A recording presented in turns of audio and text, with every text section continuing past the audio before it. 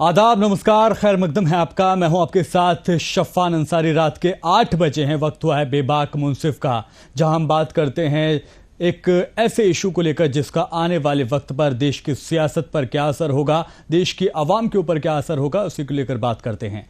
अब शुरुआत उस मुद्दे की जिसके ऊपर आज हम बात करने जा रहे हैं। साल 2024 के इलेक्शन की तारीखों का ऐलान अगले महीने होने जा रहा है, जिसके लिए देश में माहौल भी सियासी बना हुआ है। एक तरफ आवाम है जो सियासी पार्टियों पर बारीकी से नजर बनाए हुए कि कौन सी पार्टी का चेहरा कब पलटी मारेगा और कौन उनका नेता बनेगा या कौन सी दूसरी पार्टी का दामन थाम लेगा। क्योंकि इस वक्त जो हालात बने हुए हैं, कोई नहीं जानता कि कब कौन सा नेता अंतरात्मा की आवाज को सुने और पाला बदल ले। इसी में अब दोनों ही तरफ की पार्टियां इस कोशिश में भी लगी हुई हैं किस तरह से आने वाले चुनाव को लेकर अपनी ताकत को मजबूत किया जाए। भारतीय जनता पार्टी यानी एनडीए ग्रुप लगातार अपने आप को मजबूत करने के लिए छोटे छोटे दलों को अपने साथ लाने की कोशिश कर रहा है। दूसरी तरफ विपक्ष है, जहां पर कांग्रेस और तमाम जो बड़े अपोजिशन की पार्टियां हैं वो सभी मिलकर एक साथ मुकाबला करने जा रही हैं एनडीए सरकार का। ऐसे में 26 पार्टियां, तकरीबन 26 पार्टियां एक छत के नीचे आई हैं, लेकिन विजन क्या है, एक स्ट्रेटेजी क्या है, इसी को लेकर बात करना चाहेंगे। चूंकि भारतीय जनता पार्टी जिस तरह से अपने ग्राफ को लगातार बढ़ा रही है, कहीं ना कहीं मोदी का चेहरा, प्रधानमंत्री नरेंद्र मोदी की जो गारंटी है उसको लेकर जो जीत के परचम बुलंद भारतीय जनता पार्टी करती जा रही है। ऐसे में विपक्ष क्या स्ट्रेटेजी अपनाएगा, किस तरह से आगे बढ़ेगा ताकि भारतीय जनता पार्टी के ऊपर फतेह हासिल कर सके, उसी को लेकर चर्चा करेंगे। मैं अपने मेहमानों का तारुफ आपसे करा दूं। हमारे साथ रहेंगे संजीत कुमार साहब, जो कि कांग्रेस का पक्ष यहां पर रखेंगे। सर, स्वागत है आपका। राकेश पोद्दार साहब रहेंगे, भारतीय जनता पार्टी का सत्ता का पक्ष यहां पर रखेंगे। पूजा मिश्रा रहेंगी हमारे साथ, समाजवादी पार्टी का पक्ष रखने के लिए। मैम, स्वागत है आपका भी। और साथ ही सीनियर जर्नलिस्ट के तौर पर मुझे ज्वाइन कर रहे हैं रजा हुसैन रिजवी साहब, आपका भी इस्तकबाल है। चारों लोगों से शुरुआत करूंगा। सबसे पहले बात राकेश पोद्दार साहब, आप इक्तिदार में बैठे हैं, सरकार आप चला रहे हैं। 2014 से लेकर 2024 में हम दाखिल हो चुके हैं। बेहतरीन तरीके से काम करने के दावे आपकी पार्टी करती है। कितना आसान लगता है 2024 का इलेक्शन भारतीय जनता पार्टी को मोदी की गारंटी के साथ?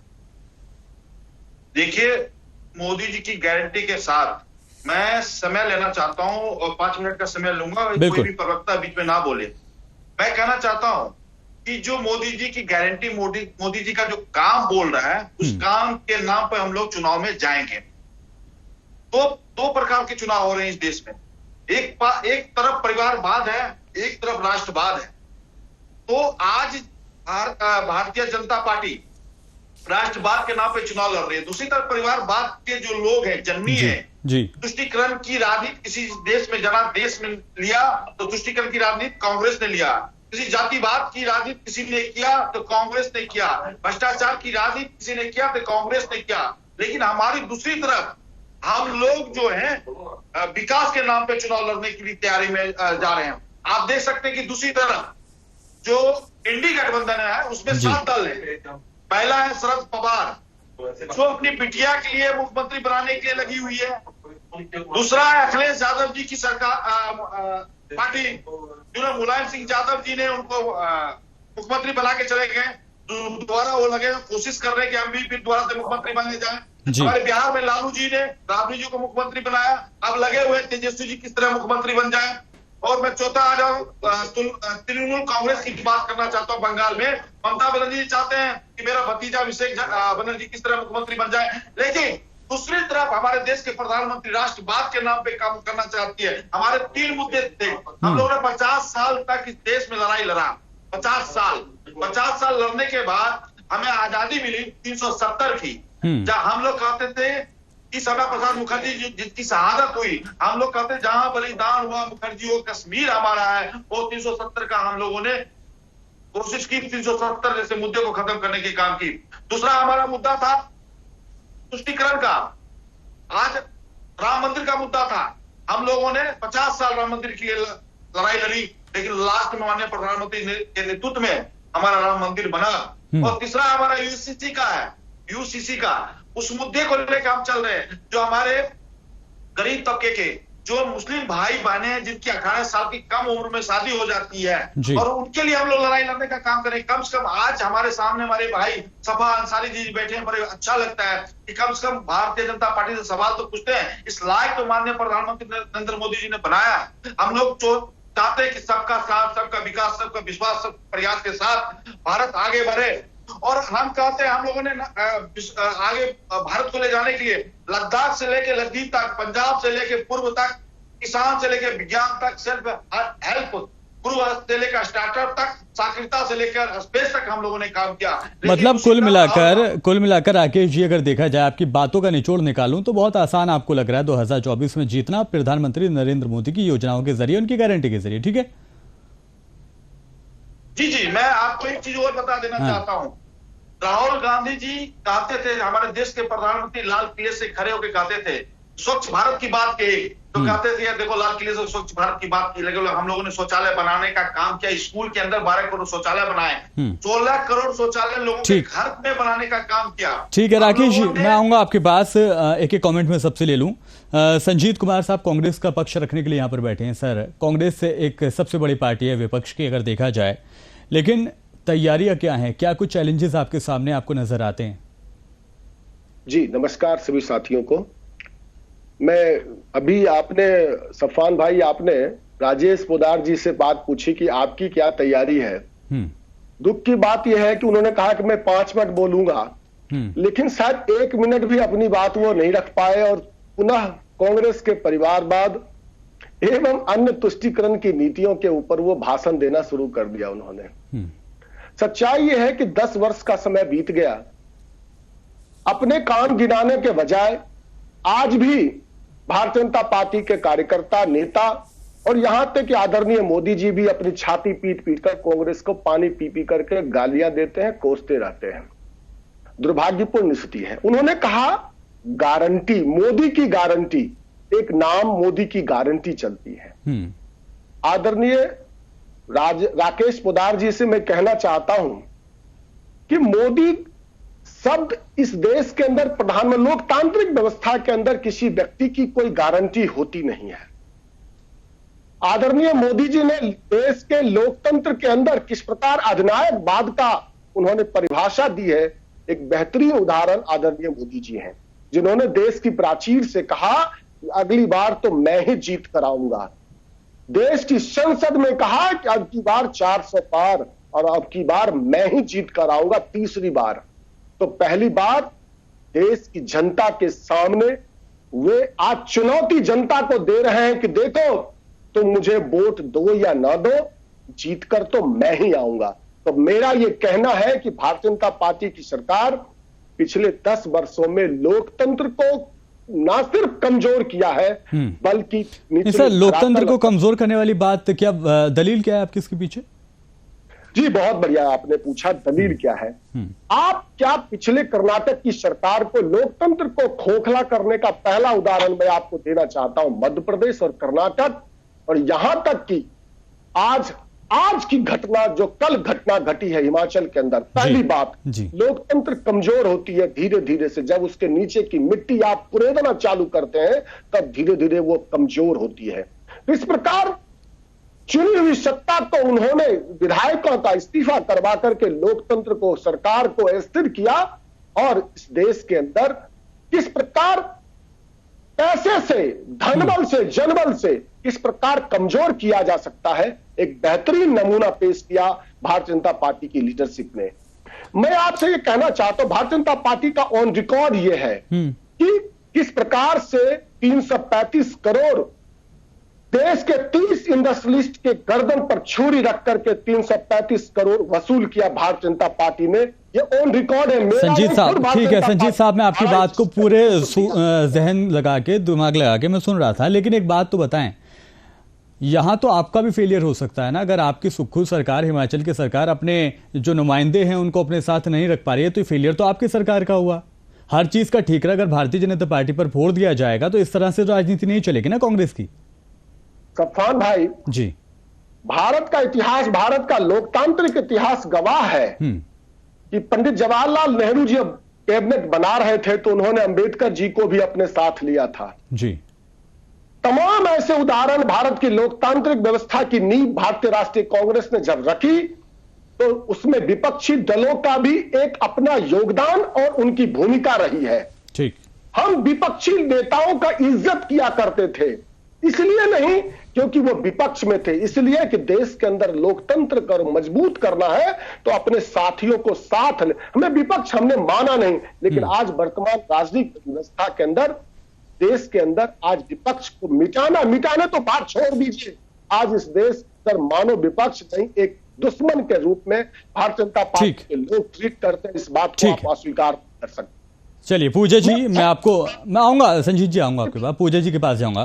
पूजा जी, समाजवादी पार्टी का पक्ष रखने के लिए आप यहां पर बैठी हुई हैं। कल जो राज्यसभा चुनाव के दरमियान हमने क्रॉस वोटिंग दी है वो आपने भी देखी और हमने भी देखी। ऐसे में आज मैं देख रहा था एक निजी चैनल को अखिलेश यादव जब इंटरव्यू दे रहे थे तो 80 सीटें जीतने का दावा कर रहे थे। क्या तैयारियां हैं, क्या इसके पीछे बेस है जो 80 सीटों का दावा अभी भी इस हाल में किया जा रहा है जब उनके अपने ही बेगाने हो रहे हैं? और अपने बेगाने नहीं हो रहे हैं, जब अपने ही रहेंगे तो बेगाने नहीं हैं। तो जो बेगाने हैं वो अपने नहीं है। और आप जो बात करें कि किन मुद्दों पे जो है चुनाव लड़ेगी समाजवादी पार्टी, और इन मुद्दों पे जो है कह रही है कि 80 की 80 सीट लेके आएंगे, तो मेरे जो है जेपी के प्रवक्ता जी थे वो काफी ज्यादा कह रहे थे कि हम लोकतंत्र लेके चल रहे हैं, तो मैं बहुत फैक्ट की बातें करती हूँ। मैं ऐसा नहीं कि कोई भी हवाई बातें कर रही हूँ, मैं अपनी फैक्ट की बातें कर रही हूँ कि आप जो है अनएम्प्लॉयमेंट उठाइएगा जी। अगर आप उठा के देखते हैं, मेरी बात मेरी आवाज हो रही है जी, हम सुन पा रहे हैं आपको। तो अगर आप अनएम्प्लॉयमेंट को उठा के देखते हैं तो 2012 में क्योंकि जो संख्या थी वो 1 करोड़ और 2018 में 3 करोड़ हो गई है। मैं डाटा देते जाऊंगी, बीजेपी के प्रवक्ता को मैं चाहूंगी कि इन सबका जवाब देंगे आप कि आपका जो अनएम्प्लॉयमेंट रेट है वो 4.5 से वर्तमान में 13.7 हो रखा हुआ है। 8th क्लास के जो पास आउट होते थे उनका, जो 10th क्लास के पास आउट होते थे उनका 5.9 से 14.4 हो रखा हुआ है। जो 12th पास आउट हुआ करते थे उनका पहले 10.8 था, अब आपकी सरकार में 23.8% हो रखा हुआ है।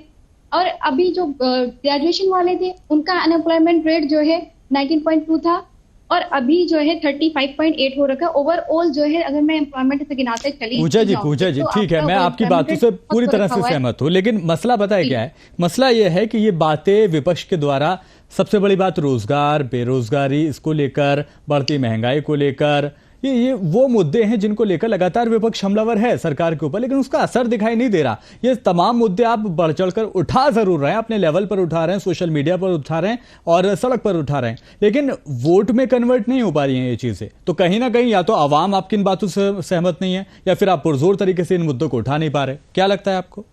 पुरजोर तरीके से हम मुद्दों को भी उठा रहे हैं और आवाम भी हमारे बातों से सहमत है।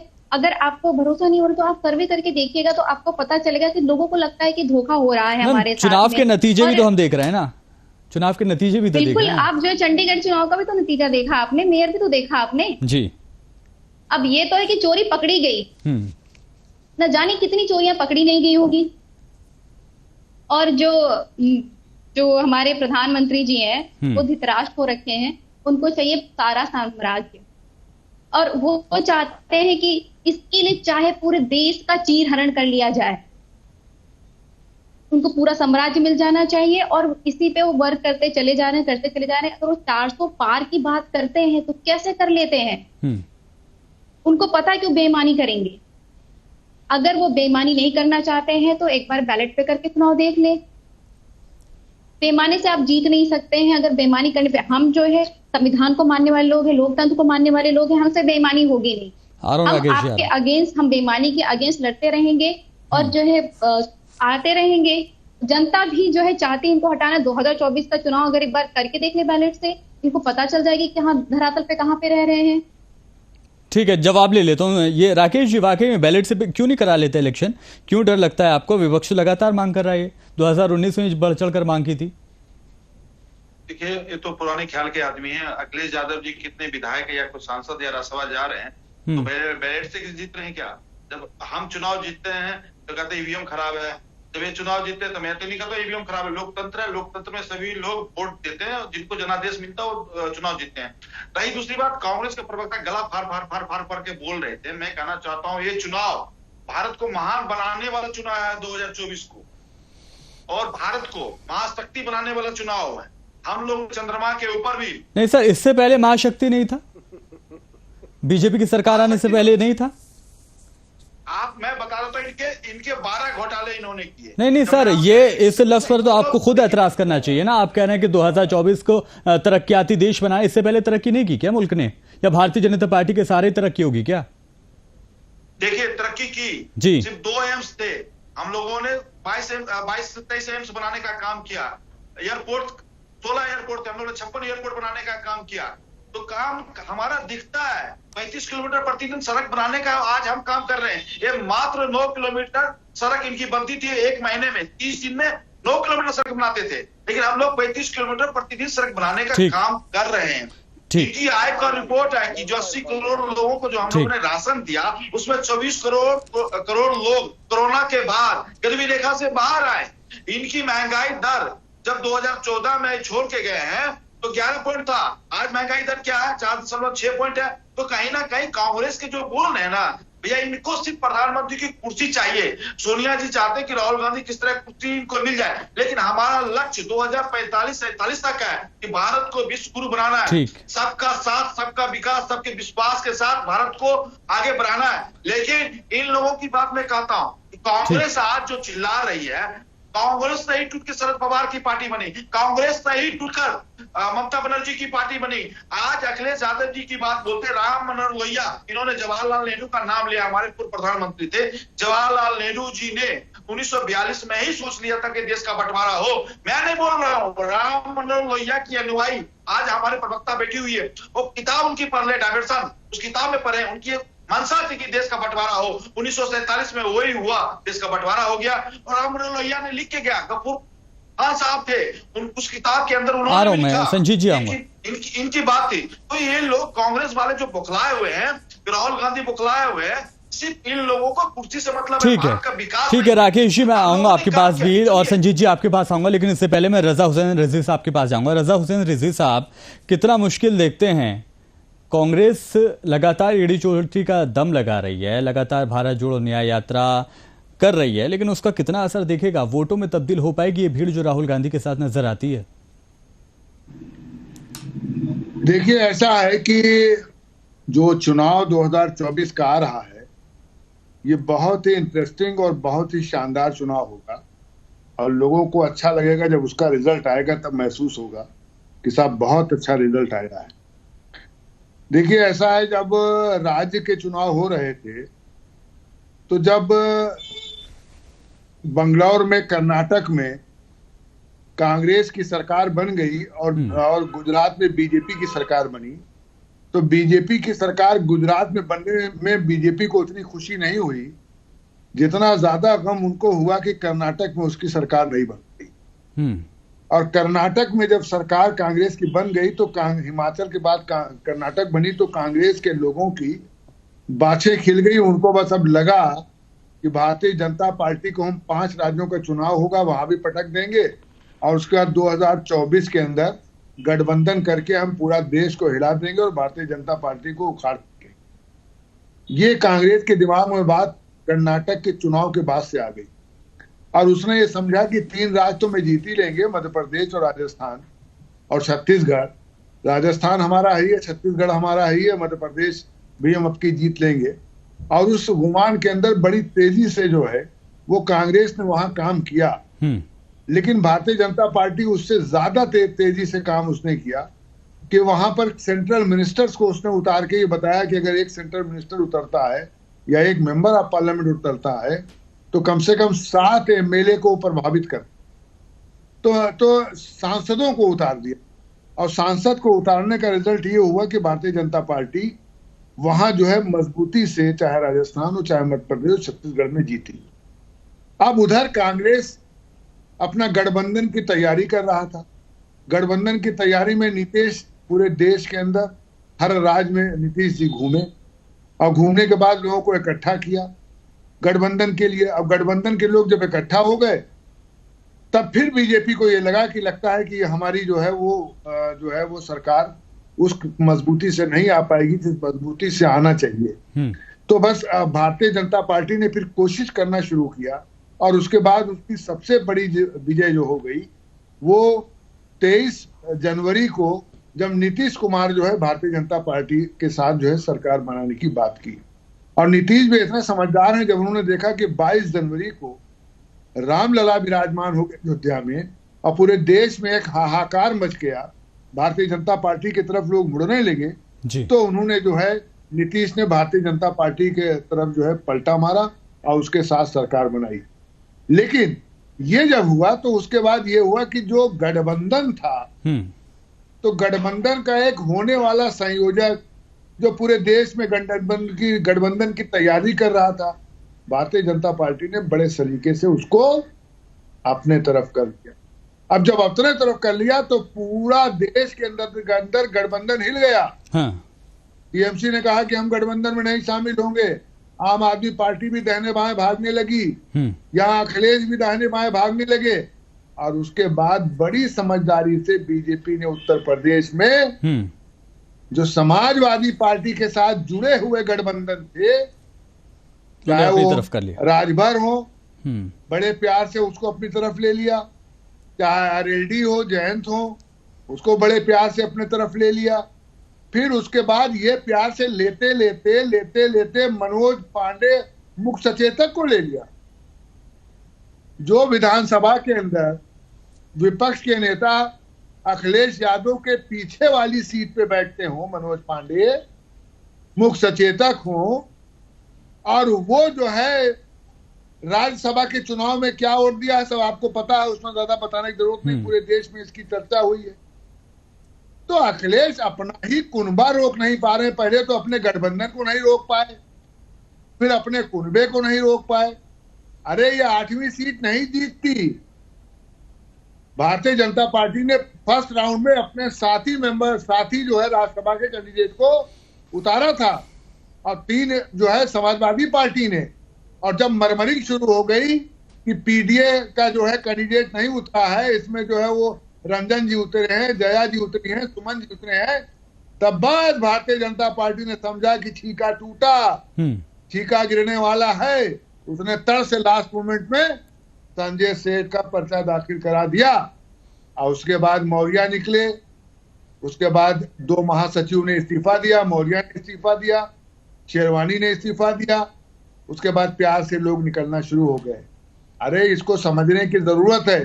अगर 17 सीट कांग्रेस को मिली है उत्तर प्रदेश के अंदर, तो उस 17 सीट में कांग्रेस की कहां है भाई? 1 सीट है कांग्रेस की, बस रायबरेली। कांग्रेस के पास 1 सीट खाली रायबरेली है और कोई सीट नहीं है।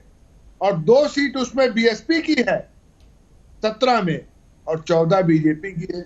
ठीक। तो 17 सीट में कांग्रेस किस तरीके से मेहनत करेगी ये देखना पड़ेगा। ठीक है, ठीक है। जो स्थिति एक चीज और देख लीजिए, जी, बस आधे सेकंड में कह दूं, ठीक, कि भारतीय जनता पार्टी जो है वो बहुत अच्छे तरीके से अपना इंतजाम करती है। 2019 में 2014 के 21 सिटिंग एमपी के टिकट बदले थे, 21 सिटिंग एमपी के। और आप नाम पूछना चाहेंगे तो मैं नाम बता दूंगा, और 21 क्षेत्र जानना चाहेंगे तो मैं क्षेत्र बता दूंगा। ये किसी में हिम्मत नहीं है।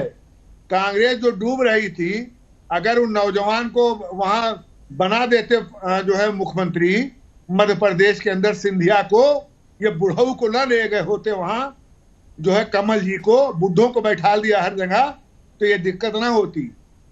सिंधिया लड़े थे, सिंधिया को बनाते, यहाँ लड़का बना था पायलट, उसको बनाते चीफ मिनिस्टर। ठीक है, चल सर आएंगे उस पर, रजा जी आएंगे मैं उसके पास, लेकिन पूजा जी मैं आपके पास आ रहा हूं। पूजा जी आपसे समझने की कोशिश में करूंगा, जो स्थिति इस वक्त पूरे देश में या नेशनल सियासत में कांग्रेस की, वही हालत राज्य के लिहाज से समाजवादी पार्टी की हो रही है।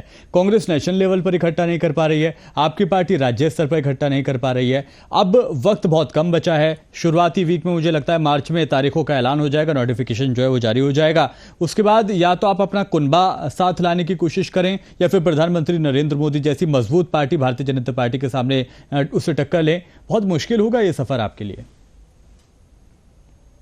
मुश्किल तो नहीं है, समाजवादी पार्टी बहुत मजबूत है, और जो लोग गए हुए हैं बार बार जो है, विशेषज्ञ जी कह रहे थे प्यार के लिए, प्यार, अब वो तो वही बता पाएंगे उनको प्यार से ले लिया कि डर से ले लिया, किस तरीके से ले लिया, वो तो उनका ही मन था। इस तरह बता पाएगा कि प्यार से तो नहीं ले लिया, प्यार से ऐसे नहीं जाने वाले हैं। ये तो हमारे पार्टी के लोग रहे हुए हैं और हम जानते हैं गले सुनने वाली बात ही नहीं है कि वो प्यार से चले गए होंगे। अभी बोलने के लिए कुछ भी कहा जाए। और अभी बीजेपी के प्रवक्ता जो है श्रद्धेय लोहिया जी की बात कर रहे थे। पहली बात तो जो है, अब जब बड़े नेताओं की बात करते हैं हम, तो उनकी सम्मान की बात करनी चाहिए और सौहार्द में रहा हुआ है। आप ये भूल गए शायद कि फूलपुर में जब पंडित जवाहरलाल नेहरू चुनाव लड़े थे, उनके अगेंस्ट में जो है श्रद्धेय जो है राम मनोहर लोहिया जी लड़े थे और लोहिया जी चुनाव हार गए थे। हम उस देश के वासी हैं जहां पे जो है पंडित जवाहरलाल नेहरू जीतने के बाद लोहिया जी को राज्यसभा में लेके जाते, क्योंकि वो उनका मानना था कि एक निंदा करने वाला इंसान हमारे साथ रहना चाहिए, जो हमारी कमियों को बताए, जो हमारे सामने खड़ा रहे। और आपकी सरकार क्या कह रही है? आपकी सरकार विपक्ष को ही खत्म कर देना चाह रही है। वो चाहती है एकल राज। आप कहते हैं कि जो है परिवारवाद, आपके यहाँ परिवारवाद नहीं है। आप पीयूष गोयल को क्यों नहीं हटा देते हैं? आप अनुप्रिया पटेल जी को क्यों नहीं हटा देते हैं? अगर आप परिवारवाद को खत्म करना चाहते हैं, आप अशोक चौहान के बेटे को क्यों एमपी लड़ाना चाहते हैं? आप क्यों, आप परिवार, आपको पता है कि जनतंत्र है और आपको जो है सबको चुनाव लड़ने का जो है अधिकार है। जितने लोग भी सदन में जा रहे हैं सबको जनता चुन के भेज रही है। आप कहाँ से परिवारवाद उठा के लेके चले आ जा रहे हैं? अगर जनता नहीं भेजेगी तो नहीं जाएंगे। आप तो जनता के साथ बैठकी कर रहे हैं, उनका वोट कहीं और रहता है और आप ले जाते हैं और कहेंगे कि नहीं हम बड़ा अच्छा कर रहे हैं, हम बड़ा अच्छा कर रहे हैं। आपको पता है कि सुसाइड रोड कितना बढ़ा हुआ है, क्राइम रेट कितना है पंचायत में? ये सारे जो है आपके आंकड़े हैं, आपके मंत्री जी के आंकड़े हैं। आपके सदन में मंत्री जी ने कहा है कि क्राइम रेट वुमेन्स के अगेंस्ट जो क्राइम पाया गया एक साल में वो 30,000 है और जो आत्महत्या रेट है छात्रों का वो 15,000 है। और जो किसानों की जो आत्महत्या हो रही है, आर्थिक तंगी से आके आत्महत्या कर रहे हैं लोग, तो सारे आंकड़े आप छुपा ले जाते, उसकी चर्चा ही नहीं करते हैं। आप जो है सब ये करते हैं, दूसरे पुंजों को तोड़ते। मैं 2 मिनट में एक बात कहना चाहूंगी कि आप बार बार रामराज की बात करते हैं, रामराज की बात क्या, आप राम जी को हमेशा बीच में लेके आते हैं। श्रद्धा है, हमारी भी श्रद्धा है राम जी में, पर हम कभी राम जी को बीच में नहीं लेके आते, हम उसका ढिढोरा नहीं पीट रहे। तो राम जी ने तो कभी जो है लंका नहीं हरण किया, लंका विजय करने के बावजूद भी लंका उन्होंने नहीं लिया, उन्होंने बाली का राज्य नहीं हथियाया।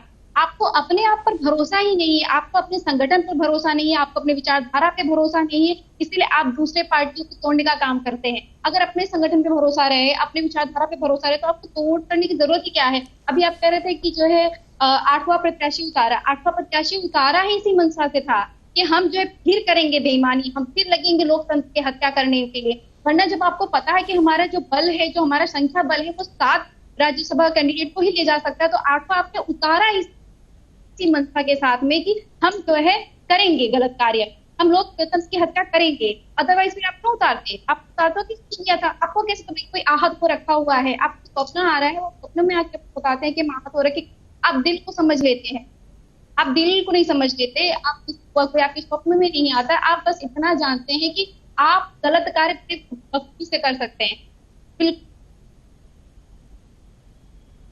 ठीक है, राकेश जी जवाब दे दें। देखिए, देश की मुक्ति अगर हम लोगों ने दिलाया है तो आतंकवाद से मुक्ति दिलाया, देश को मुक्ति हम लोगों ने दिलाया, अलगाववाद को मुक्ति दिलाने का काम किया, भ्रष्टाचार से मुक्ति दिलाने का काम किया। ये लोग जो हैं, जो बैठे हुए हैं, यही लोग पूछते थे कि सेना के पे सवाल उठाने वाले लोग थे। आप आज देख सकते हैं कि भारत का विश्व मित्र कितने लोग बन गए। देश के प्रधानमंत्री अगर विश्व में जाते हैं तो हिंदी भाषा में, साहित्य में बोलते हैं तो सभी लोग सुनते हैं, उनको नहीं अच्छा लगता है। आप सोचिए अपने राहुल गांधी जी सम्मान नहीं रख पा रहे हैं, आप देश का सम्मान रख रहे हैं। आप कह रहे हैं 2014 में आपने मुक्ति दिलाई, आप देश को सम्मान रख रहे हैं, आप जो है शहीदों का अपमान कर रहे हैं जिन्होंने 1947 में देश को आजाद कराया था, अब आजादी करा रहे हैं। कैसे बोल लेते हैं भाई ये सब बोलते? सोचा तो करिए, कम से कम देश के साथ में बोलना है, देश के अगेंस्ट तो नहीं बोलना है। माना कि अपने स्वार्थ की बात करिए, पर देश के अगेंस्ट ना जाइए ना, तो सम्मान करिए। मेरी बहन, आपको तो शर्म ही नहीं आती बोलते जी भाई, अब बोलिए। 370 का मुद्दा जो हम लोगों ने खत्म किया, 370 का मुद्दा क्या था देश के अंदर? कि जब शरणार्थी पाकिस्तान से हमारे हिंदू मुस्लिम भाई आए, सभी राज्यों में गए, जो कुछ लोग कश्मीर में रह गए और उस लोग को आज तक पंच और सरपंच बनने का मौका नहीं मिला, तो 370 हम लोगों ने खत्म किया। हमारा श्यामा प्रसाद मुखर्जी जी का नारा था, जहां बलिदान हुआ मुखर्जी और कश्मीर हमारा है। तो हम लोगों ने 50 साल से लड़ने का काम किया और आज हम लोगों ने 370। तो आप इस पे जवाब भी दीजिए ना कि अरुणाचल प्रदेश में सीमा में हमेशा जो चाइना अंदर चला आता है, आपको पता है? 2005 में अंदर आया था, 2008 में अंदर आया था और अंदर चलता चला आ रहा है। आप उसका जवाब नहीं दे रहे हैं। जो आपके साथ चारों तरफ आपने जो दुश्मनी बना रखी है। पूजा जी, राकेश जी, आगे बढ़ते हैं, थोड़ा सा आगे बढ़ते हैं। संजीत कुमार साहब, आपके पास जा रहा हूं। वही सवाल आपसे कर रहा हूं जो समाजवादी पार्टी से किया था। विपक्ष एकजुट होता है, जहां लगता है कि हाँ सब कुछ ठीक हो रहा है, वहां चीजें खराब हो जाती हैं। कैसे करेंगे मुकाबला? इंडिया अलायंस में तकरीबन 22 से 26 पार्टी के दरमियान थी, लेकिन अब धीरे धीरे सब भारतीय जनता पार्टी के पक्ष में जा रहे हैं। तो कुछ ये कह रहे हैं कि भाई हम अकेले अपने राज्य में चुनाव लड़ेंगे। आसान नहीं होगा ये सफर आपके लिए। राहुल गांधी की न्याय यात्रा कितना न्याय कर पाएगी इस अलायंस के साथ? देखिए सफान भाई, मैं समझता हूं कि बीच में जरूर कुछ बातें हुई थी, लेकिन ये मीडिया के द्वारा जो तय किया गया था कि अभी ये सफोकेशन हमें देश की राजनीति के अंदर दिखाना है, धीरे धीरे वो पर्दा हट गया। आपने देखा कि आम आदमी पार्टी ने कांग्रेस के साथ अलायंस किया, आपने देखा कि समाजवादी पार्टी ने अलायंस किया और टीएमसी भी करने जा रही है। महाराष्ट्र के अंदर मेरा अलायंस है और तमाम ऐसे जगह जहां हम कमजोर स्थिति में थे या हम अपने साथियों को साथ ले सकते थे। आप झारखंड की बात करें, हम बेहतरीन तरीके से वहां अलायंस में सरकार चला रहे। तमिलनाडु की बात करें, बेहतरीन तरीके से अलायंस में सरकार चला रहे।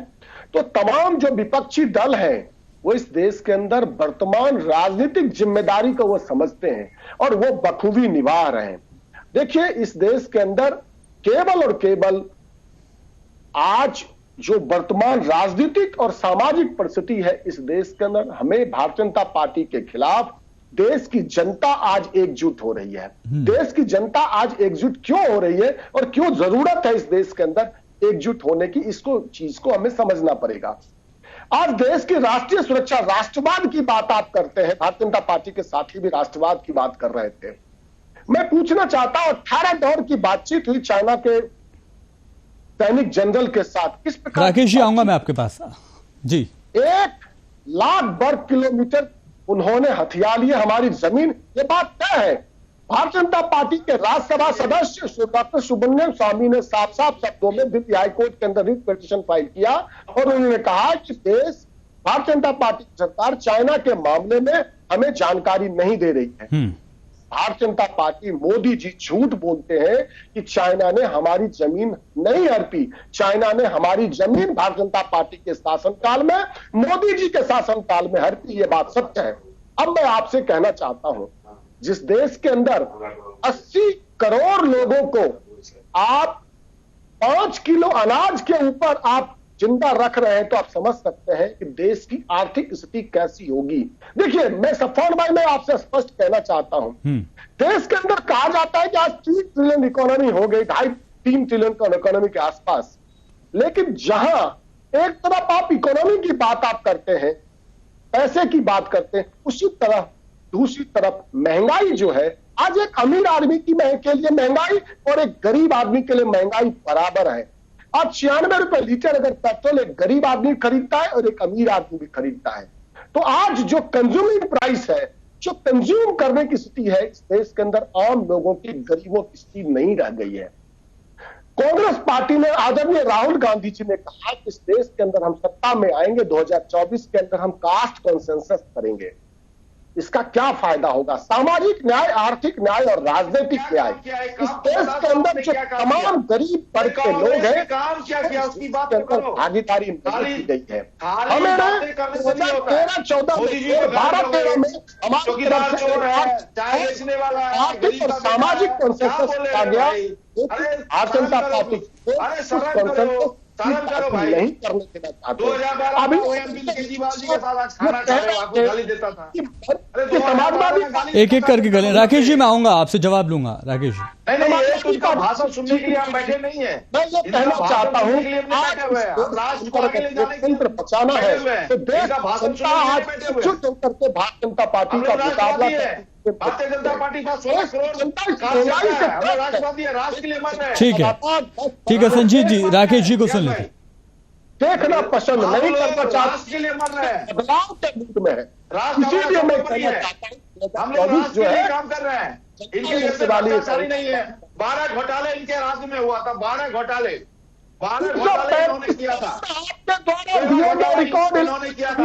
आज बड़ी बातें करते घोटाला इन्होंने किया था। 2G घोटाला इन्होंने किया था।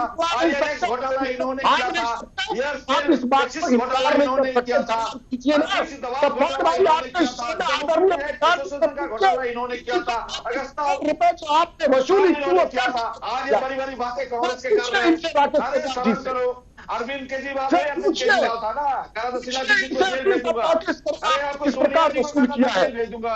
सवाल कीजिए सत्तान भाई, दिल्ली में समझौता नहीं हो पा रहा है। अरे कैसी बात करते हो? देश को कहाँ ले जाना चाहते हो? ठीक है संजीत जी। राकेश जी अब ठीक है संजीत जी, मैंने आपको पूरा टाइम दिया। राकेश जी अब आपका टाइम शुरू होता है। देखिए, इन्होंने हमारे घोटालों की बात, इन्होंने घोटाला किया। मैं बताता हूँ, कोयला घोटाला किया कि नहीं किया? कॉमनवेल्थ घोटाला किया कि? अरे सुनो, बहुत फालतू बोल रहे हो। सुनो, आप सुनने काम करो। कैसा प्रवक्ता तुम कांग्रेस का? सर नहीं आ रहा आपको? अरे सुनो यार, कोयला घोटाला इन्होंने किया, कॉमनवेल्थ घोटाला इन्होंने किया, 2G घोटाला इन्होंने किया, INX घोटाला इन्होंने किया, एयरसेल घोटाला इन्होंने किया, अंतरिक्ष दवा घोटाला इन्होंने किया, जम्मू क्रिकेट एसोसिएशन का घोटाला इन्होंने किया, अगस्ता वेलडेन घोटाला इन्होंने किया, जिसमें प्रियंका गांधी जेल जाने वाली है। ईडी उसको खोज रही है। उनका सहयोगी भी संदीप उपाध्याय, उनको भी खोज रही है ईडी। चिंता मत करो। और हम लोग देश को आगे ले जाने का काम सोच रहे हैं। और 16 करोड़ हमारे कार्यकर्ता भारतीय जनता पार्टी का जो लगा हुआ है, देश को आगे बढ़ाने के लिए लगा हुआ है। और हम लोग हमेशा काम में विश्वास रखते हैं। जो हम लोगों ने काम, चलिए आगे बढ़ते हैं। राकेश जी संजीत जी। अरे मैं धैर्य से सुन रहा था इन लोगों की बात। आज इनके 7 पार्टियां हैं जिनके इंडी गठबंधन में है। अखिलेश यादव है, राम मनोहर लोहिया के अनुयायी थे, कांग्रेस के खिलाफ थे, उनके साथ वो चले गए। लालू प्रसाद यादव जयप्रकाश नारायण के अनुयायी थे, कांग्रेस के खिलाफ थे, उनके साथ वो चले गए। तृणमूल कांग्रेस जो ममता बनर्जी का बना था, कांग्रेस के खिलाफ बना था, उनके साथ चले गए। शरद पवार जिन्होंने कांग्रेस के खिलाफ पार्टी बनाई थी, आज उनके साथ चले गए। तो ये लोग जो है अपने कुर्सी के लिए लगते हैं। और सातों परिवार के लोग जो है। नहीं राकेश जी देखिए, मौके की राजनीति सब करते हैं, इसमें आप भी शामिल हैं। जम्मू कश्मीर में PDP के साथ जब आपने सरकार बनाई थी तो उसमें आप भी शामिल थे। 65 साल इन्होंने देश पे राज किया।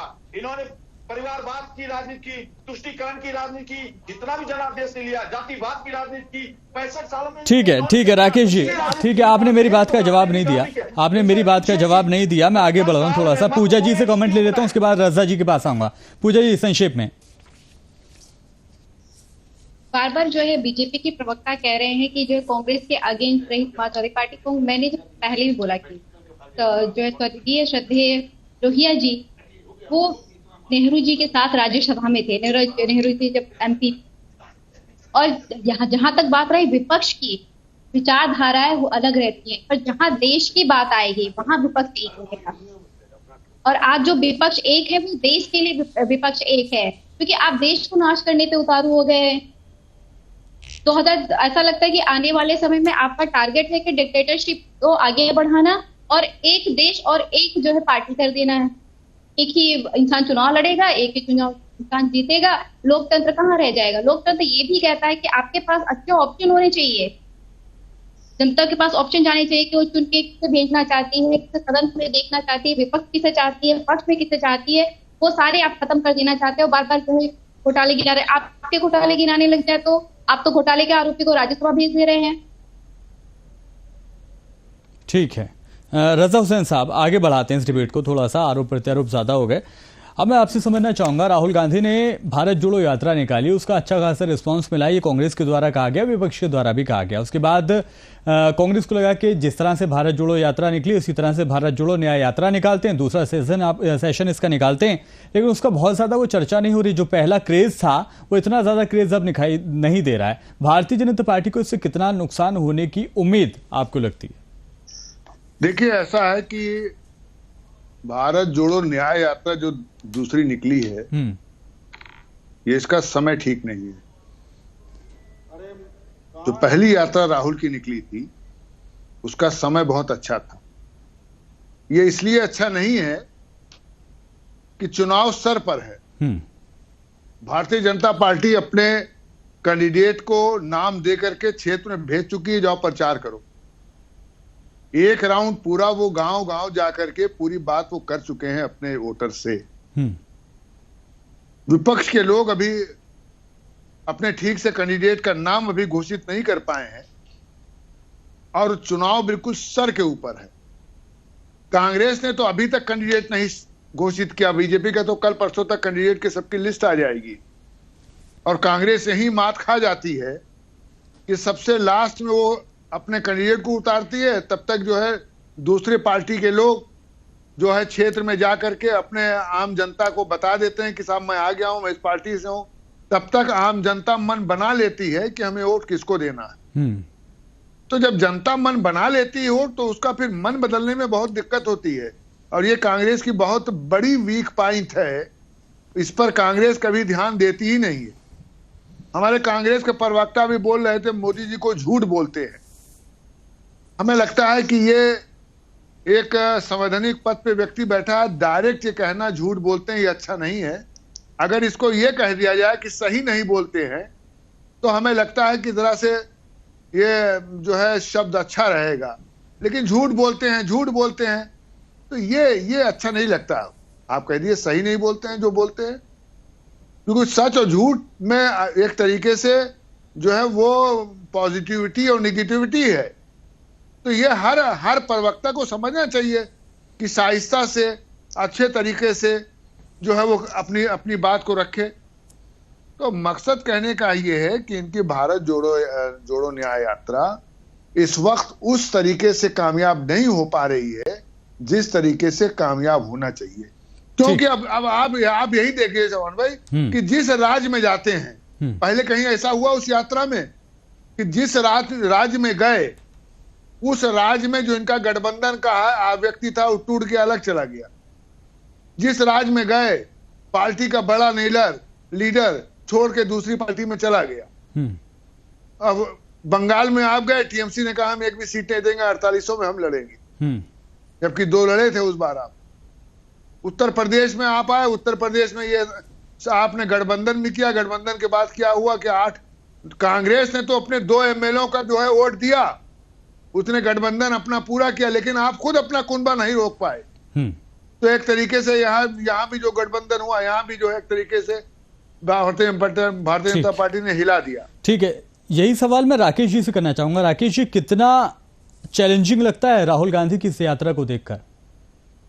देखिए, हम लोग ना राहुल गांधी के यात्रा से चैलेंजिंग लगते हैं। हम लोगों ने जो वादे किए थे, हम लोगों ने 200 चैलेंजिंग नहीं है सर, चैलेंजिंग नहीं है तो वीरभद्र माफ कीजिएगा, ये आपके सीएम ने जो रोकी थी, बाकायदा केस करने की बात हो गई थी विश्वा शर्मा के राज्य में जब हुआ था, वो हमने सभी ने देखा था। अगर चैलेंजिंग नहीं था तो वहां पर इतनी परेशानी क्यों हो रही थी? नहीं, असम के अंदर क्या था कि वो कह रहे कि 4 बजे शाम को आप यात्रा निकाल लीजिए। 10-11 बजे सुबह जो आप यात्रा की बात कर रहे हैं उसमें स्कूल का टाइम होता है और ऑफिस का टाइम होता है। इस टाइम में नहीं, थोड़ी देर के बाद 2 बजे के बाद आप निकाल लीजिए। हमने रोकने का काम नहीं किया। और हम लोग हमेशा कहते हैं कि देश में हमेशा, ठीक है, आपने क्या काम किया क्या नहीं किया, हम लोग काम करने में विश्वास रखते हैं। हम लोगों का एजेंडा 2047। सर यहाँ थोड़ी बेईमानी लगती है सर, माफ कीजिएगा इस लफ्ज का इस्तेमाल किया मैंने। राकेश पोद्दार साहब, अगर आप काम के लिहाज से ही अपने काम के दम पर ही वोट मांग रहे हैं तो छोटे छोटे दलों को जोड़कर अपने साथ लेकर चलना या फिर विपक्ष की छोटी छोटी पार्टियों को तोड़कर अपने साथ लेकर आना, इस चीज का तो शोभा ही नहीं देता फिर, अगर आप अपने काम की बुनियाद पर वोट मांग रहे हैं। नहीं, देखिए, हम लोग जो अपने काम के बुनियाद पे मांग रहे हैं और देश देश एक व्यक्ति का नहीं है। देश के प्रधानमंत्री भी कहते हैं, भारतीय जनता पार्टी बार बार कहती है सबका साथ सबका विकास। सबका साथ चाहिए, आपका भी साथ चाहिए। मीडिया के लोग हमारे, आप देश के छोटे स्तंभ है, आपका भी हमको साथ चाहिए। अंतिम पंक्ति में बैठे लोग हैं, उनका भी साथ चाहिए, तभी हमारा देश विश्व गुरु बनेगा। अगर हम लोग एक एक व्यक्ति को छोड़ते जाएंगे तो देश आगे नहीं बढ़ेगा। ये देश सभी का है, 140 करोड़ जनता का देश है। एक देश के प्रधानमंत्री नरेंद्र मोदी या भारतीय जनता पार्टी का देश नहीं, सभी का है। हाँ, तो हम लोग सभी को लेके चलने का काम करते हैं। जो भी लोग देश को आगे बढ़ाने की, अगर देश में अगर आजादी की लड़ाई लड़ी तो सभी लोगों ने लड़ा, तभी आज हम लोग आजादी पाए हैं। तो हम यही बात कहना चाहते हैं कि देश को विकास के मुद्दे पे लड़ना है, देश को आगे बढ़ाना है। अब देखिए, इन लोगों की राजनीति जो थी, हमने कहा पहले भी कहा कि इन लोगों की राजनीति 65 साल किस दिशा में रहा। आज भी ये लोग चाहे वो अखिलेश यादव जी हो, चाहे लालू जी हो, आज भी जातिवाद के नाम पर चुनाव लड़ना चाहते हैं। आज कर के मेरी फलाना समीकरण है, मेरा फलाना समीकरण है। हम लोगों ने कभी समीकरण की बात नहीं की। हम लोग हमेशा 140 करोड़ की बात करते हैं। हम लोगों ने महिलाओं के लिए 33% आरक्षण दिया, संसद भवन के अंदर लोकसभा में पारित हुआ, राज्यसभा में पारित हुआ। उसके बाद इन लोगों ने महिलाओं के बीच में भी जातिवाद देखना शुरू कर दिया, क्योंकि इनको सिर्फ जातिवाद के नाम पे चुनाव लड़ना है। देश में इन्होंने किया नहीं, कोई काम किया नहीं। मैं कहता हूं कि 65 साल में मात्र 2 एम्स बने, हम लोगों ने कैसे 10 साल में एम्स बनाया। मैं झूठ नहीं बोल रहा हूं। चैनल पे, आपके चैनल पे, आप पत्रकार हैं, हमारे देश के मीडिया को आप चलाने वाले मीडिया हाउस है, आप कैसे झूठ बोल रहे हैं? आप हमारे आंकड़े बोल रहे हैं। हम लोगों ने काम किया। अगर हम लोगों ने 35 किलोमीटर पर सड़क नहीं बनाई, आज देखते हैं दिल्ली से लखनऊ, लखनऊ से पटना आना हो 5-10 घंटा लगता है। दिल्ली से अगर मुंबई जाना हो। लेकिन सर, इल्जाम तो आपके ऊपर ये लगाए जाते हैं कि पुरानी सरकारों का सिर्फ फीता काट के अपना नाम कर रहे हैं आप लोग। देखिए, हम तो मात्र 10 साल हो गए, ये लोग तो 65 साल से फीता ही काट रहे थे। आप एक चीज, मैं छोटी सी बात बताता हूँ। इंदिरा आवास, इन्होंने नाम रखा था इंदिरा आवास, हम लोगों ने उनका नाम रखा प्रधानमंत्री आवास। हम लोगों ने नए संसद भवन बनाए। हम गुलामी के प्रतीक, आज जो सड़कें है, जो सड़क थी, राजपथ था, उसका नाम हम लोगों ने कर्तव्य पथ रखा। लेकिन इन्होंने क्या किया, 65 साल तक वो एक राजा किंग जॉर्ज, जिनकी उनकी तस्वीर लगा के रखे। हम लोगों ने सुभाष चंद्र बोस का तस्वीर लगाया। तो गुलामी के प्रतीक को भी हम लोग खत्म कर रहे हैं धीरे धीरे। और आने वाला समय, मैं एक चीज कहना चाहता हूँ कि 2047 तक सबका साथ चाहिए। सभी लोगों का साथ के साथ हमारा देश आगे बढ़ेगा। देश तभी आगे बढ़ेगा, तभी देश का विकास होगा। हम एक व्यक्ति के लिए नहीं काम करना चाहते। अंतिम पंक्ति में जितने व्यक्ति बैठे हुए हैं, सबके लिए काम करना चाहता है। भाई साहब कांग्रेस के बोल रहे थे कि 80 करोड़ लोगों को राशन दिया जा रहा है। सुन लीजिए, उसमें 24 करोड़ इनको पता है, नीति आयोग कह रहा है कि 24 करोड़ लोग गरीबी रेखा से बाहर आए। कोरोना के बाद 3.5 करोड़ लोगों को हमने गरीबी रेखा से बाहर किया। 3.5 करोड़ युवाओं को आत्मनिर्भर किया। ये हमारा रिपोर्ट नहीं, भारतीय जनता पार्टी की रिपोर्ट नहीं। भारतीय जनता पार्टी ने 225 वादे किए थे, मैं आपके चैनल पे बोल रहा हूं, और मैंने 222 वादे हम लोगों ने पूरा किया, यानी 95% हम लोगों ने वादे पूरे कर दिए। हालांकि कुछ वादे उसमें बाकी हैं, उस पर भी मैं आऊंगा। राकेश जी, थोड़ा वक्त मेरे पास कम है, संजीत जी से जवाब ले लेता हूं। संजीत जी, वो खुद कह रहे हैं जो हमने वादे किए थे काफी हद तक उन्होंने पूरे कर लिए। क्या यहाँ पर भी आपको एतराज है? सड़क अगर बन रही है तो वो आपको दिखाई नहीं देती। अगर फीता काट रहे हैं तो फीता तो आपकी सरकार भी काट सकती थी, उत्तर प्रदेश में सपा भी काट सकती थी। सफान भाई जी, देखिए, मैं समझता हूं भाषण संपर्क हमारा कट गया। पूजा जी, आपके पास आ रहा हूं और वही सवाल का। जी संजीत जी, जुमले हैं। मैं राष्ट्र की बात करता हूं, 140 करोड़ की बात करता हूं, लेकिन सच्चाई ये हंसी तब आती है जब इनके भारतीय जनता पार्टी के लीडर 80-20 की बात करते हैं। 140 करोड़ की बात केवल टीवी डिबेट में होता है, लेकिन भाषण में तो 80-20 होता है। एक बात मैं कहना चाहता हूं। दूसरी बात, आप महिला सुरक्षा के मामले में अभी तुरंत संदेश खाली वाले मुद्दे को खूब मीडिया के अंदर खड़ा करने का प्रयास किया गया। वहां यह तय हुआ कि आप प्रधानमंत्री संदेश खाली जाएंगे। मैं आपसे पूछना चाहता हूं कि प्रधानमंत्री 1.5 वर्ष बीत गया, मणिपुर नहीं जा पाए। मैं आपसे यह प्रश्न आपके सामने, भारतीय जनता पार्टी के सामने खड़ा करना चाहता हूं कि जिस महिला पहलवानों को मोदी जी ने कहा है कि विनेश तुम तो मेरी बेटी हो, उसी महिला पहलवानों को देश की संसद के सामने घसीट करके मारा गया। मैं आपसे यह कहना चाहता हूं, लोकतंत्र को किस प्रकार कमजोर किया गया, 150 सांसदों को देश की संसद से निलंबित किया गया। यह है लोकतंत्र को कमजोर करने का तरीका। 335 करोड़ देश के 30 कंपनियों के गर्दन के ऊपर छुरा लगा करके वसूल किया गया भारतीय जनता पार्टी के अकाउंट में। ये है लोकतंत्र को कमजोर करने का तरीका। तो मैं ये कहना चाहता हूं, अभी आदरणीय रिजवी साहब कह रहे थे कि भारत जोड़ो न्याय यात्रा अभी उचित समय पर नहीं है। मैं रिजवी साहब आपसे कहना चाहता हूं कि राहुल गांधी कर क्या रहे हैं? राहुल गांधी लोगों से संपर्क कर रहे हैं। आज उनके पास यदि देश का मीडिया तंत्र उनकी बातों को नहीं उठाता है तो देश की जनता के सामने जाने के अलावा कोई दूसरा विकल्प नहीं है। जहां तक प्रभाव की बात है, एक छोटा सा उदाहरण आदरणीय रिजवी साहब देना चाहूंगा। हेमंत बिस्व शर्मा को दो राहुल गांधी नजर आने लगे जब राहुल गांधी जी असम में थे। तो यह है राहुल गांधी की भारत जोड़ो न्याय यात्रा का असर कि देश के प्रदेश के मुख्यमंत्री को दो राहुल गांधी नजर आने लगे। ठीक। तो मैं आपसे, जहां तक आपने कहा कि राकेश जी, ये भारतीय जनता पार्टी का प्री प्लान था कि जहां जहां राहुल गांधी जी की यात्रा जाएगी वे वहां की सत्ता को, व्यवस्था को। ठीक है, बढ़ते हैं आगे। पूजा जी, मैं आपके पास आ रहा हूं। पूजा जी, बहुत कम वक्त बचा है और 2 मिनट में आपको दे रहा हूं। क्या लग रहा है, किस तरह से लड़ेंगे? बहुत मुश्किल लग रही है आपके लिए डगर पार कर पाना। फिर भी जाहिर तौर पर अपने कार्यकर्ताओं में, अपने नेताओं में उत्साह भरने के लिए कोशिश लगातार अखिलेश यादव के द्वारा की जा रही है, लेकिन ये जो तमाम कोशिशें हैं ना, मैं समझता हूं कि पूरा कर नहीं पाएंगे उन उम्मीदों को या मनोबल को तोड़ने में जो लगातार भारतीय जनता पार्टी लगी हुई है, उस पर कैसे पार पाएगी समाजवादी पार्टी? बहुत कम वक्त है और बहुत कम आपके पास भी है बोलने के लिए। समाजवादी पार्टी है और माननीय अखिलेश यादव नेतृत्व में बहुत अच्छा चुनाव लड़ेगी और बहुत मजबूती के साथ चुनाव लड़ेगी और कार्यकर्ताओं में पूरे जोश, हिम्मत है। समाजवादी पार्टी इकलौती ऐसी पार्टी है जो है अन्याय के खिलाफ बहुत मजबूती के साथ लड़ सकती है। जो हमारा इंडिया गठबंधन है, इंडिया अलायंस है, वो अब लोकतंत्र को बचाने की लड़ाई लड़ रहा है। और जो बार बार बीजेपी के प्रवक्ता कह रहे थे कि हम जो है पूरे जनता को, सबको लेके चलते हैं, तो आप हमें बस ये जवाब दीजिएगा कि जो दिल्ली बॉर्डर पे आपने रोका हुआ है वो कौन है? क्या उन्हें लेके आपको आगे नहीं बढ़ना है? आप किसानों की बात कर रहे हैं। 69,000 भर्तियां पड़ी हुई है, क्या उन्हें लेके आपको आगे नहीं बढ़ना है?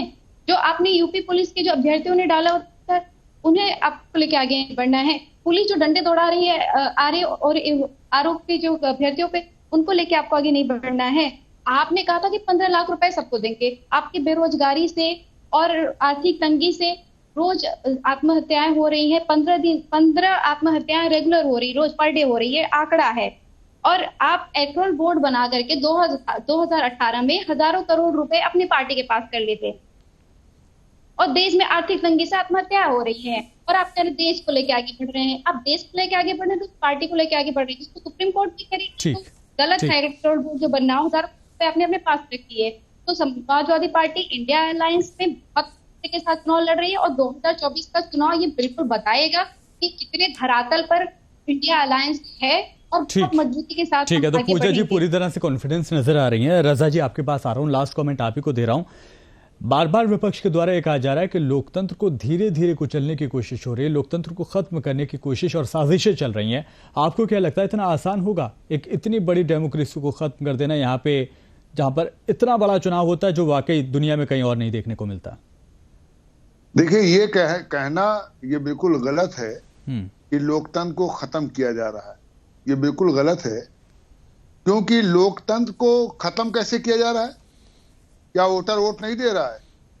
नहीं, आम जनता चंडीगढ़ का मेयर इलेक्शन का जो बार बार दलील है वो दी जाती है, वहां पर किस तरह से वोटों में छेड़छाड़ हुई है वो तमाम लोगों ने देखा है। देखिए, वो सही है, छेड़छाड़ हुई है, इसमें कोई दो राय नहीं है। कोर्ट ने देखा है, कोर्ट ने उस पर जजमेंट दिया है। लेकिन इसका ये मतलब नहीं है कि अगर एक जगह ये हो गया तो सब जगह देखने वाले लोग बैठे हैं। अगर कहीं भी गड़बड़ होगा, अगर चंडीगढ़ में गड़बड़ हुआ तो लोगों ने देखा, सुप्रीम कोर्ट तक गए, तो अगर कहीं गड़बड़ दिखाई देगा, अब आप कर्नाटक में जीत जाइए पूर्ण बहुमत से, अच्छे वोट से, बाद में कहिए ईवीएम जो है वो खराब है। वहां ईवीएम नहीं खराब हुआ, क्योंकि वहां कर्नाटक में आपकी सरकार बन गई, कांग्रेस की हिमाचल में कांग्रेस की सरकार बन गई। तो जहां जिसकी सरकार बन जाती वहां ईवीएम के बारे में नहीं कहता। अब यही भारतीय जनता पार्टी अगर अच्छी सीट लेके आएगी तो लोग यही फिर कह देंगे कि साहब ईवीएम से चुनाव हुआ इसलिए हो गया। आम जनता को विपक्ष कैसे अपने पाले में लाएगी, इसकी जिम्मेदारी विपक्ष को करना चाहिए कि हम वोट को अपने पार्टी में ज्यादा से ज्यादा कैसे ले आएं, और भारतीय जनता पार्टी ज्यादा से ज्यादा लाने के लिए वो काम करती है। और उससे अगर कोई कहे ठीक। कि लोकतंत्र की हत्या हो, लोकतंत्र खत्म हो, तो कतई गलत। ठीक है, ठीक है। लास्ट कमेंट में दे रहा हूं राकेश जी, बहुत संक्षेप में सर।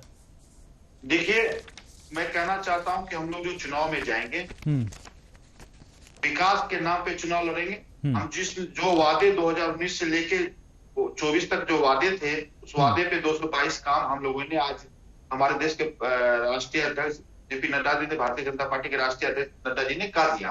और कल से मेरी शुरुआत होगी विकसित भारत कैसे बने। सभी लोगों का सहयोग चाहिए, सभी लोग नए नए अपने एजेंडे देंगे और हम लोग गांव तक जाएंगे, लोगों के एजेंडे को लेके अपने घोषणा पत्र को तैयार करेंगे। उस घोषणा पत्र को लेके, राजकुमारी से लेके, फिर हम लोग अपने देश को आगे बढ़ाने का काम ठीक है। करेंगे। देश को आगे बढ़ाने को लेकर तमाम सियासी पार्टियां अपनी बात को रख रही हैं। कांग्रेस हो, समाजवादी पार्टी हो, भारतीय जनता पार्टी हो, तमाम लोगों को एक तरह से अपनी ओर राग़िब करने की कोशिश में लगे हुए हैं।